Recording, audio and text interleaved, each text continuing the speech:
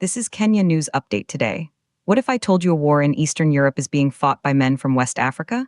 That's the shocking reality unfolding right now. At least 55 Ghanaians have been killed fighting for Russia and Ukraine.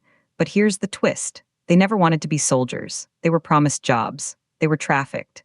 And their story reveals a dangerous new front in this global conflict that's pulling in people from our own continent. Coming up, you'll discover how hundreds of Africans were lured into a war zone, what their governments are doing about it, and why this changes everything for Africa's stance on the world stage. Meet Samuel Okudzeto-Ablakwa. He's Ghana's foreign affairs minister, a diplomat on a grim mission.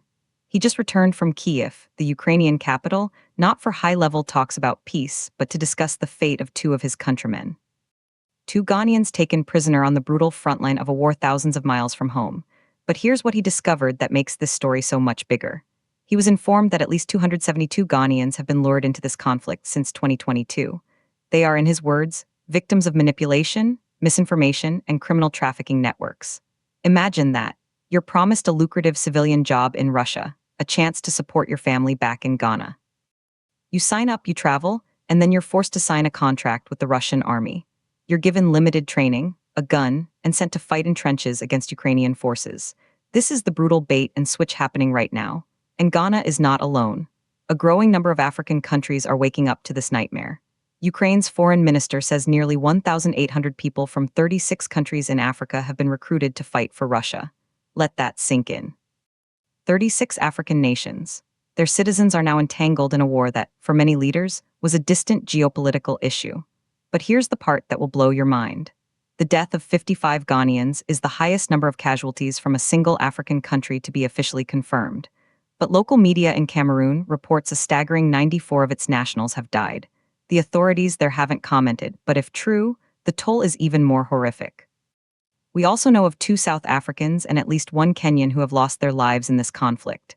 For 9 years, these men sought opportunity. They found a war. Russia, for its part, has denied illegally recruiting African citizens. They call it voluntary. But the stories from survivors paint a very different picture of coercion and deception. This recruitment scandal makes one thing crystal clear, according to the International Crisis Group. The Ukraine war is no longer a distant issue for African governments. As their citizens become directly entangled, leaders could face mounting domestic pressure. Pressure from families demanding answers. Pressure to bring their sons home, dead or alive. This makes it incredibly difficult to stick to principles of non-alignment. The delicate balancing act between East and West becomes a personal tragedy played out in villages and towns across Ghana, Cameroon, and beyond. Ghana's government says it is now committed to tracking and dismantling all dark web illegal recruitment schemes operating within its jurisdiction. It's a cyber battle against shadowy networks that profit from human desperation. But the question remains, how many more young men will be tricked before these networks are crushed? Some say these men are mercenaries who knew the risks. Others say they are victims of a global trafficking ring, exploiting poverty and hope.